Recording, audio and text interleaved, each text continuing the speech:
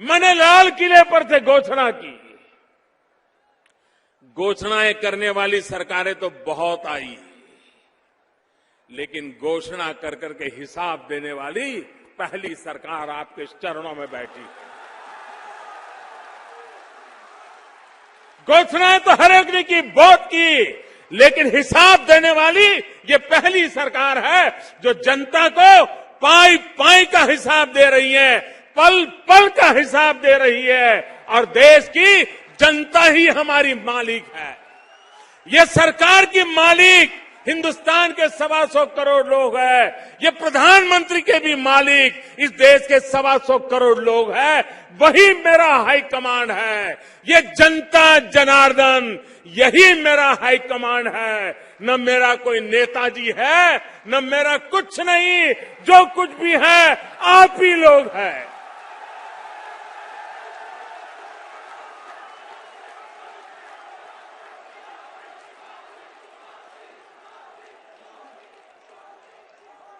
भाइयों बहनों, जो काम 70 साल में नहीं हुआ, उस काम को करने में तकलीफ तो होगी, आपको भी अंदाजा होगा। कुछ तो कारण होगा कि मुरादाबाद के बगल में भी किसी ने खंभा नहीं पहुंचाया। चुनौतियां बहुत थी, तकलीफें थी, रुकावटें थी, इरादों में भी खोट थी, पैसों की भी जरूरत थी, लेकिन भाइयों बहनों, लाल किले की प्राची से, तिरंगे झंडे के नीचे से आवाज की थी कि 1000 दिन में, और इधर उधर की बात नहीं, 1000 दिन में इन 18,000 गांवों में बिजली पहुंचा के रहूंगा।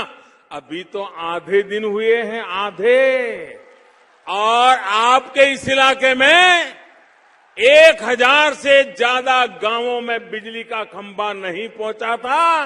करीब करीब 950 से ज्यादा गांवों में काम पूरा कर दिया गया है। भाइयों, मैं भले 2009 के बाद आज 2016 में आया हूं, लेकिन बिजली पहुंचाने का वादा किया था, मेरे आने से पहले पहुंचा दिया है। भाइयों बहनों, जिस गांव में बिजली गई, वहां के बच्चों में शिक्षा में बदलाव आएगा कि नहीं आएगा? जिस गांव में बिजली गई, जिस मां को गेहूं चक्की में पिसना होगा, पहले दूसरे गांव जाना पड़ता था, अब गांव में चक्की चलेगी तो गेहूं पिसने का काम होगा कि नहीं होगा? जिस गांव में पानी के लिए तरसना पड़ता था, बिजली के कारण जमीन से पानी निकाल करके घरों तक पहुंचाया जा सकता है कि नहीं पहुंचाया जा सकता है? भाइयों बहनों, गांव के लोगों को भी टीवी देखने का मन करता है कि नहीं करता है? उनको भी तो कभी सास कभी बहुत ही देखने का मन करता है कि नहीं करता है? लेकिन बिजली नहीं होगी तो बेचारे कहां से देखेंगे? भाइयों बहनों, हमने बिजली पहुंचाने का काम किया, और इसलिए मेरा कहने का तात्पर्य है कि सरकारें घोषणाएं करने के लिए नहीं होती हैं, सरकारें योजनाएं बना करके योजनाओं को लागू करने के लिए होती है। हम भारतीय जनता पार्टी के लोग, हमें जहां भी मौका मिलता है, हम सभी जगह पर विकास पर बल देते हैं, वादे पूरे करने के लिए अपने आप को खपा देते हैं। आप मध्य प्रदेश देखिए, कभी मध्य प्रदेश बीमारू राज्य माना जाता था। वहां की जनता ने भारतीय जनता पार्टी को सेवा करने का मौका दिया। 10 साल के भीतर भीतर मध्य प्रदेश बीमारू राज्य से मुक्त होकर के हिंदुस्तान के विकास करने वाले राज्यों में आके खड़ा हो गया भाई। कभी हम देखते थे कि हमारे देश में अन्न का उत्पादन तो एक नंबर पे कभी पंजाब का नाम सुनाई देता था, कभी हरियाणा का नाम सुना देता था, कभी गंगा यमुना के तट के गांव दिखाई देते थे। भाइयों बहनों, मध्य प्रदेश जिसके पास नर्मदा मैया के सिवाय कोई नदी नहीं है, मध्य प्रदेश के लोगों ने खेती के उत्पादन में, किसानों की पैदावार में पहले से डबल पैदावार करके देश के अन्न के भंडार भर करके आज देश में नाम रोशन कर दिया भाइयों। अगर विकास करना है तो हो सकता है, लेकिन सिर्फ अपनों का ही विकास करना हो तो फिर राज्य का कभी भला नहीं होता है। आपने वो सरकारें अब तक देखी है, अपने लिए, अपनों के लिए करने वाली सरकारें बहुत आई, आपके लिए करने वाली सरकार भारतीय जनता पार्टी ही हो सकती है। और इसलिए मैं आपसे आग्रह करने आया। भाइयों बहनों, आप सच्चे दिल से मुझे एक जवाब देंगे? आप सच्चे दिल से मुझे एक जवाब देंगे? पक्का देंगे? दोनों हाथ ऊपर करके देंगे? पूरी ताकत वाले जोर से देंगे? आप मुझे बताइए, इस देश को भ्रष्टाचार ने बर्बाद किया है कि नहीं किया है? भ्रष्टाचार ने देश को लूटा है कि नहीं लूटा है? भ्रष्टाचार ने गरीब का सबसे ज्यादा नुकसान किया है कि नहीं किया है? भ्रष्टाचार ने गरीब का हक छीना है कि नहीं छीना है? हमारी सभी मुसीबतों की जड़ में भ्रष्टाचार है कि नहीं है? अब मुझे बताइए, भ्रष्टाचार रहना चाहिए कि जाना चाहिए? भ्रष्टाचार रहना चाहिए कि जाना चाहिए? भ्रष्टाचार को खत्म करना चाहिए कि नहीं करना चाहिए? मुझे बताइए, ये अपने आप जाएगा क्या? ये अपने आप जाएगा क्या? ये भ्रष्टाचार ये कहेगा अब मोदी जी आप आए हो, मुझे डर लगता है मैं जाता हूं, जाएगा क्या? नहीं जाएगा क्या? उसको डंडा लेके निकालना पड़ेगा कि नहीं निकालना पड़ेगा? कानून का उपयोग करना पड़ेगा कि नहीं करना पड़ेगा? बेईमान लोगों को ठीक करना पड़ेगा कि नहीं करना पड़ेगा? भ्रष्टाचारियों को ठिकाने लगाना पड़ेगा नहीं लगाना पड़ेगा? ये काम करना चाहिए कि नहीं करना चाहिए? करना चाहिए कि नहीं करना चाहिए? अगर कोई करता है तो गुनहगार है क्या? नहीं, कोई भ्रष्टाचार के खिलाफ लड़ाई लड़ता है तो गुनहगार है क्या? कोई भ्रष्टाचार के खिलाफ लड़ता है तो गुनहगार है क्या? भाइयों बहनों, मैं हैरान हूं, आजकल मेरे ही देश में कुछ लोग मुझे गुनहगार कह रहे हैं। मैं हैरान हूं भाइयों, क्या कारण है? क्या मेरा यही गुनाह है कि भ्रष्टाचारियों के दिन बुरे होते जा रहे हैं? क्या यही गुनाह है मेरा कि गरीबों को हक दिलाने के लिए काम कर रहा हूं? क्या यही है मेरा गुनाह कि गरीबों का हक छीनने वालों को अब हिसाब देना पड़ रहा है? भाइयों बहनों, जब कभी खबरें सुनते थे कि किसी के घर में रेड लगी तो बिस्तर के नीचे से करोड़ों करोड़ों रुपये मिल गए। ये पैसे किसके थे भाई? ये पैसे किसके हैं? ये पैसे किसके हैं?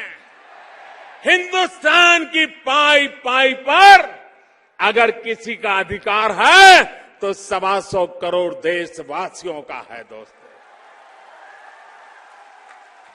मैं लड़ाई लड़ रहा हूं आपके लिए।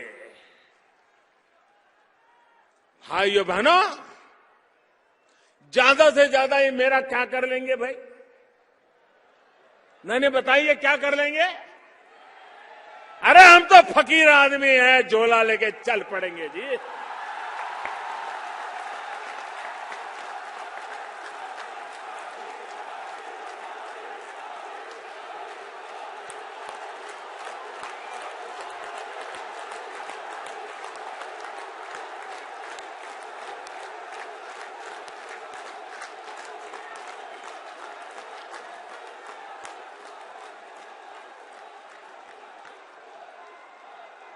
और भाइयों बहनों, ये फकीरी है जिसने मुझे गरीबों के लिए लड़ने की ताकत दी है। भाइयों,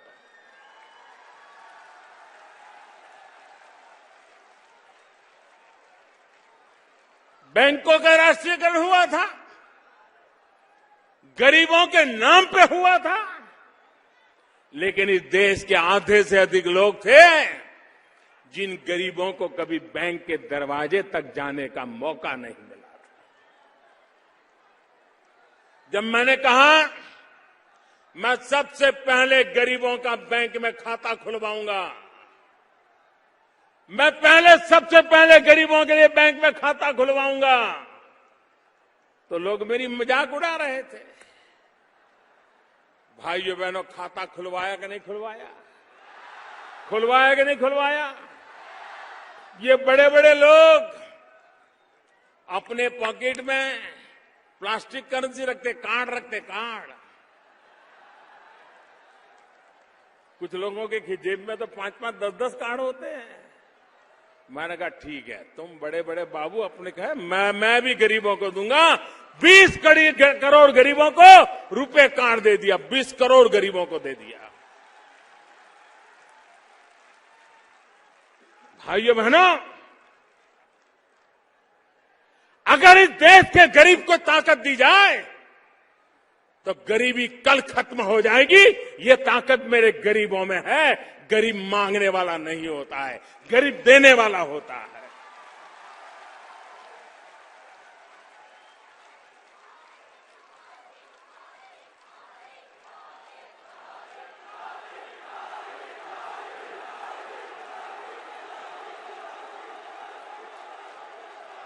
और इसलिए भाइयों बहनों,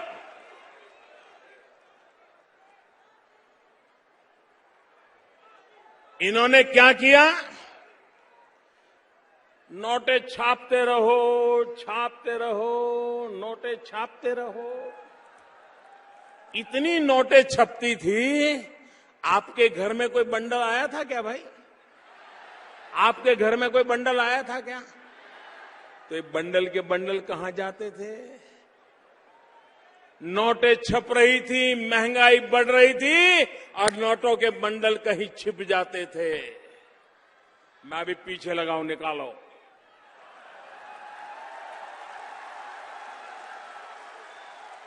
आ रहा है, आपने देखा होगा, कोने कोने से।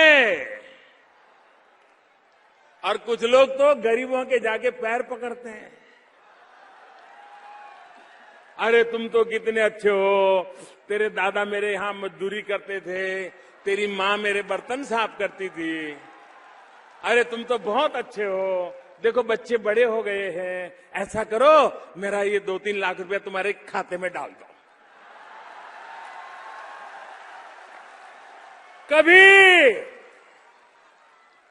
कभी किसी अमीर को गरीब के पैर पकड़ते देखा था? भाइयों बहनों, आज जिन बेईमान लोगों ने पैसा जमा किया है वो गरीबों के घर में भी कतार लगा के खड़े हैं। बैंक में कतार लगाने की उनकी ताकत नहीं है। बैंक के बाहर तो वो कतार लगाता है जिसमें ईमानदारी का माजा होता है।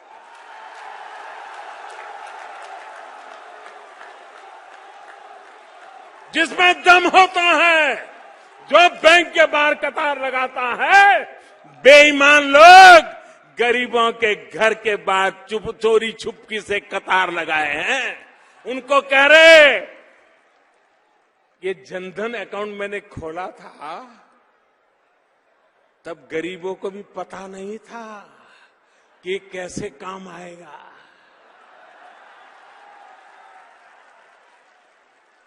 काम आ रहा है कि नहीं आ रहा है? काम आ रहा है कि नहीं आ रहा है? लेकिन एक बात कीजिए, मैं देश के सभी जनधन अकाउंट वाले गरीबों को कहना चाहता हूं, जिसने भी आपको पैसा दिया है, जिसका भी पैसा अपने बैंक में रखा है, वो उठाइए मत।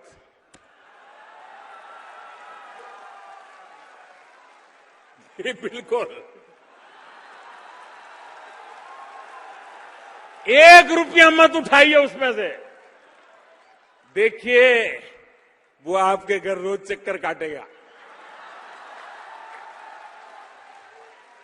आपके पैर पकड़ेगा और आप उसको कुछ मत कहो, ए दादागिरी मत कर वरना मोदी को चिट्ठी लिखता हूं। ज्यादा दादागिरी करे तो पूछो, सबूत लाओ, तुमने पैसा दिया था सबूत लाओ। ये बराबर डिब्बे लाए, बेईमान लोग बराबर डिब्बे में फंसे हैं। लेकिन ये तब सफलता मिलेगी जिनके भी खाते में दूसरों ने पैसे डाल दिए हैं, वे पैसे वैसे के वैसे रहने दें। ये सारा ठीक ठाक होना या कहीं मैंने 50 दिन मांगे हैं, मांगे कि नहीं मांगे भाइयों? 50 दिन तकलीफ पड़ेगी, मैंने कहा है कि नहीं कहा है? मुसीबत धीरे धीरे धीरे कम हो रही है, लेकिन वो धीरे धीरे कम हो रही है। लेकिन मैं देश के नागरिकों को सलाम करता हूं, भाइयों बहनों, ये कतार कतार की चर्चा करने वाले नेताओं से मैं पूछना चाहता हूं, भूल गए? अरे चीनी के लिए भी तो कतार में कभी खड़ा रहना पड़ता था, मिट्टी का तेल लाने के लिए कतार में खड़ा रहना पड़ता था, PL 480 गेहूं लेने के लिए कभी कतार में खड़ा रहना पड़ता था। आपने देश को कतार में 70 साल तक खड़ा किया है। उन कतारों को खत्म करने के लिए ये मैंने आखिरी कतार लगाई है भाइयों।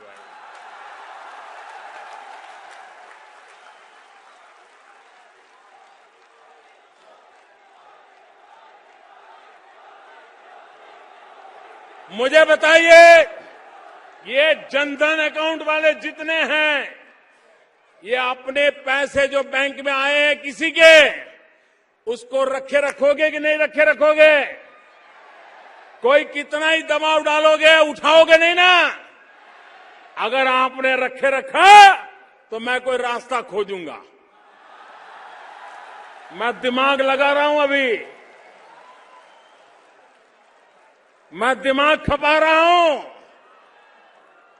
कि एक गरीब के खाते में जिन्होंने गैर कानूनी तरीके से डाला है वो जाए जेल में और गरीब के घर में जाए वो रुपया।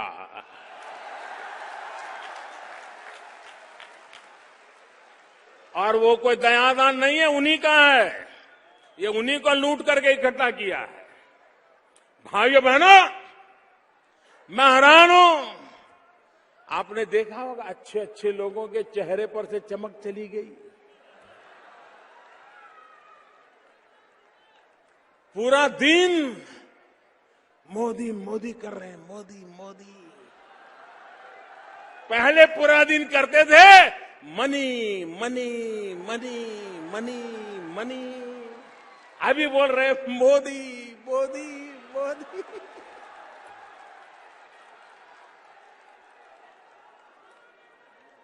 भाइयों बहनों, मैं देशवासियों को फिर कहता हूं, आपको जो कष्ट हो रहा है और देश के लिए आप कष्ट झेल भी रहे हैं, लोग आपको आकर के भड़काने की कोशिश करते हैं। कल तो मैं देख रहा था किसी टीवी पे, लोग 1 तारीख थी तो कतार में खड़े थे परसों,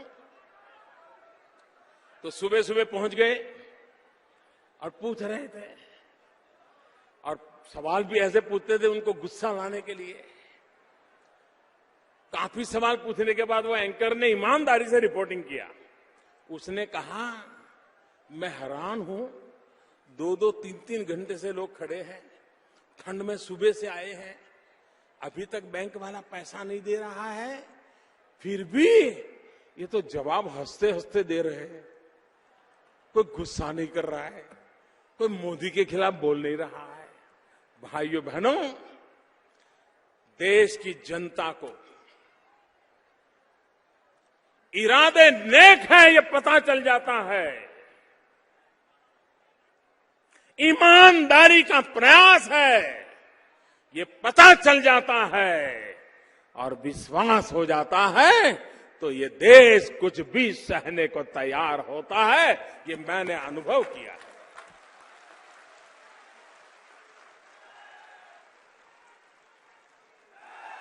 देश का सामान्य मानवी बेईमानी से तंग आ चुका है। क्या किसी ने सोचा था कि 125 करोड़ देशवासी ईमानदारी की लड़ाई खुद अपने कंधे पर उठा ले? आज 125 करोड़ देशवासियों ने कष्ट झेल करके ईमानदारी की इस लड़ाई को अपने कंधे पर उठा लिया है। इससे बड़ा देश का उज्जवल भविष्य नहीं हो सकता है। भाई, देश का सामान्य मानवी बेईमानी नहीं चाहता है, उसको मजबूरन मध्यम वर्ग का आदमी वो कभी नहीं चाहता है काले धोले का खेल। लेकिन बच्चे को स्कूल रखना हो, स्कूल वाला कहे फीस के लिए ऑफिशियल तो 500 रुपया, लेकिन अनऑफिशियल 75,000 रुपया, वो मध्यम वर्ग का व्यक्ति बेचारा कहां जाएगा? बच्चे की पढ़ाई के लिए सर झुका करके उसको कहीं से काले करके उनको देना पड़ता है, मजबूरन करना पड़ता है। भाइयों बहनों, देश में एक ऐसी हवा बन गई थी, सरकार वरकार कुछ होती ही नहीं है, तो ठीक है सरकार सरकार है। अरे ये नेता होते क्या है, उसकी जेब भर दो यार, काम चल जाएगा। अब ये चलता नहीं है, वो पुराने रास्ते बंद हो गए हैं, इसलिए जरा परेशानी ज्यादा है। भाइयों बहनों, यह देश ईमानदारी का पक्षकार है, यह देश ईमानदारी चाहता है, यह देश भ्रष्टाचार से मुक्ति चाहता है। लेकिन वो असहाय हो गया था, आज उसको लग रहा है कि इस लड़ाई को जीतना है। और मैं देशवासियों को विश्वास दिलाता हूं कि आपने जो मेहनत की है, घंटों घंटों तक कतार में खड़े रहे हो, बिना खाए पिए खड़े रहे हो, ठंड में भी खड़े रहे हो, धूप में भी खड़े रहे हो, पैसे नहीं है ऐसा बोर्ड लग जाने के बाद भी आपने इसको सहन किया है। मैं मेरे देशवासियों आपकी इस तपस्या को बेकार नहीं जाने दूंगा। ईमानदारी के जितने रास्ते मुझे सूझेंगे, मैं देश को उस रास्ते पर ले जाने के लिए कोई कमी नहीं रहने दूंगा। ये मैं विश्वास दिलाना चाहता हूं।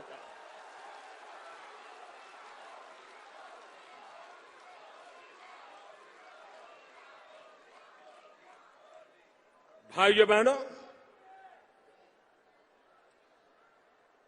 पहले की सरकारों ने नोटें छाप छाप करके अपनी गाड़ी चलाई, और नोटें निकल करके भी बड़े बड़े जगह पे पहुंच जाती थी।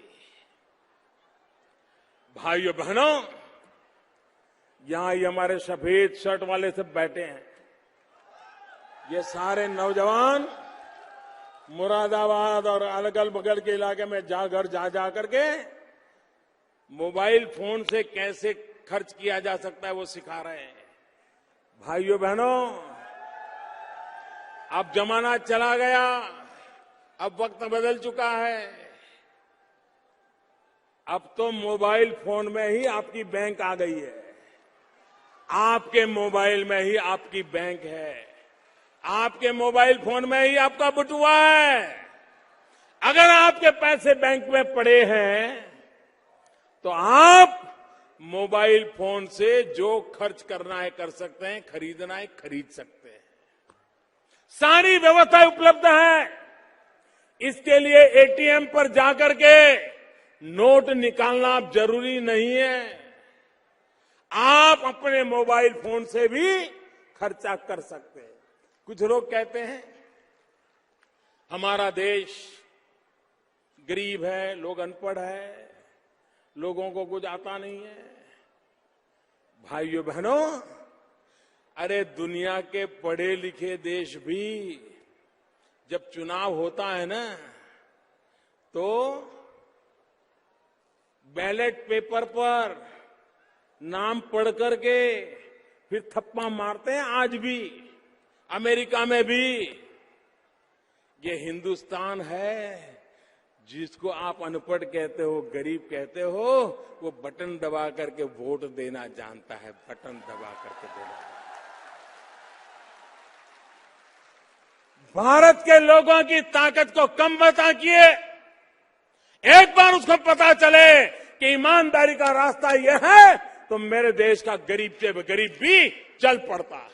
मैं देख रहा हूं सब्जी बेचने वाले, दूध बेचने वाले, आजकल मैंने एक व्हाट्सएप देखा, सच्चा झूठा तो भगवान जाने।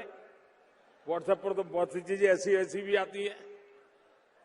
मुझे किसी ने दिखाया कि कोई भिखारी कार खड़ी रही तो भिक्षा मांगने के लिए गया। तो कार में जो बैठे थे उन्होंने कहा, भाई छुट्टे पैसे नहीं है, हम तेरी मदद तो करना चाहते हैं। तो उसने कहा, आप चिंता मत करो। उसने अपने फटे थैले में से पॉश मशीन निकाला, बोले डेबिट कार्ड दो मैं कर लेता हूं जी। अब ये वीडियो सच है झूठ है मुझे मालूम नहीं, मुझको किसी ने दिखाया। कहने का मतलब यह है, हिंदुस्तानी नई चीज को स्वीकार करने में देर नहीं करता है। अगर सही तरीके से बात पहुंचाई जाए। हमने अभियान चलाया था एलईडी बल्ब का। हमने लोगों को कहा कि बिजली का जो ये लट्टू लगाते हो ना, वो ज्यादा बिजली खा जाता है और आपके पैसे जाते हैं। ये नया लट्टू निकला है, वो लगाइए, आपके पैसे भी बच जाएंगे और बिजली भी बच जाएगी। इस देश के करोड़ों करोड़ों लोगों ने लट्टू बदल दिए भाइयों, लट्टू बदल दिए। मेरा देश परिवर्तन को स्वीकार करने वाला देश है। मेरे देश का गरीब भी इसको स्वीकार करने वाला है। और भी एक आर्गुमेंट होता है, चलो मान लो नहीं है, लेकिन इस देश में 40 करोड़ स्मार्टफोन है। 40 करोड़, कम से कम 40 करोड़ लोग तो नोट के चक्कर से निकल जाए। मुझे बताइए ईमानदारी आएगी कि नहीं आएगी? अगर ये लेती देती बंद हो गई तो ईमानदारी आएगी कि नहीं आएगी? भाइयों बहनों, सिर्फ काला धन निकालना है इतना नहीं है, सिर्फ बेईमानों का पैसा निकालना इतना नहीं है, सिर्फ भ्रष्टाचारियों का पैसा निकालना इतना नहीं है। भविष्य में ये बीमारी खड़ी न हो, इसके लिए भी बूथ बंद करना है, उसके लिए भी दरवाजे बंद करने हैं। और वो अगर बंद करने हैं तो आपको मुझे मदद करनी पड़ेगी। करोगे? पक्का करोगे? ये मोबाइल फोन से खरीद करोगे तो भी मोबाइल फोन से पैसे दोगे, सारा मोबाइल पे कारोबार सीख लोगे। आज अखबार में रोज एडवर्टाइजमेंट आती है, टीवी पे आती है। मुश्किल काम नहीं है। जितनी आसानी से व्हाट्सएप भेजते हो, इतनी ही आसानी से पैसे देकर के माल खरीद सकते हो। भाइयों, अब वक्त बदल चुका है और मेरा देश 21वीं सदी में डिजिटल इंडिया बनने के लिए तैयार बैठा है। भाइयों बहनों, बेईमानी के सारे दरवाजे बंद करने के लिए मुझे मदद चाहिए। सिर्फ काला धन निकले, भ्रष्टाचार जाए, इतना नहीं, बेईमानी के सारे रास्ते बंद करने का यही तरीका है। नोटें छाप छाप करके हम बेईमानों की मदद करना नहीं चाहते भाई। और इसलिए मैं आपसे आग्रह करता हूं। और दूसरा, मैं फिर से एक बार देशवासियों को मैंने 50 दिन कहा था, मैं रात दिन लगाऊं मेरे भाइयों बहनों, आपकी तकलीफ मेरी तकलीफ है, मेरे किसानों की तकलीफ मेरी तकलीफ है। और मैं किसानों को विशेष रूप से वंदन करना चाहता हूं। तकलीफ के बाद भी बुआई में कमी नहीं आने दी। पिछले साल से बुआई बढ़ी है। ये किसानों को सलाम करता हूं। जिन लोगों को इस देश की ताकत का परिचय नहीं है, वो भ्रम फैला रहे हैं, निराशा का वातावरण पैदा कर रहे हैं। भाइयों बहनों, ये देश सशक्त है, देश का नौजवान सशक्त है। और जिस देश के पास 65% लोग 35 साल से कम उम्र के हो, वो नौजवान देश को कहां से कहां पहुंचा सकता है। ये मौका है मेरे नौजवानों, देश को कहीं से कहीं पहुंचाने का। लोगों को सिखाइए कि हाथ में नोटों होने के बाद भी खरीदी भी की जा सकती है, पैसे भी चुकता किया जा सकता है। इनको सिखाइए, हर एक को सिखाइए। देखिए भाइयों, ईमानदारी के सारे रास्ते खुल जाएंगे। मैं फिर एक बार आप सबका हृदय से बहुत बहुत आभार व्यक्त करता हूं। मेरे साथ पूरी ताकत से बोलिए, भारत माता की। आपको लगता है कि ये लड़ाई जीतनी है, बेईमानी खत्म करनी है, तो खड़े होकर के तालियां बजाइए, जोर से तालियां बजाइए। बेईमानों को संदेश दीजिए, देश बेईमानों को स्वीकार नहीं करेगा, देश बेईमानी को स्वीकार नहीं करेगा, देश ईमानदारी की ओर चल पड़ेगा। आइए भाइयों बहनों, आइए हम सब मिलकर चले। 70 साल की बीमारी को बंद करनी है, 70 साल की बीमारी से देश को बचाना है। आइए मेरा साथ दीजिए, दोनों मुट्ठी बंद करके बोलिए, भारत माता की। आवाज हर बेईमानों के रोंगटे खड़े कर दे ऐसी होनी चाहिए, हर बेईमान थरथरा करके कांपने लगे ऐसी होनी चाहिए। भारत माता की, भारत माता की, भारत माता की। बहुत बहुत धन्यवाद।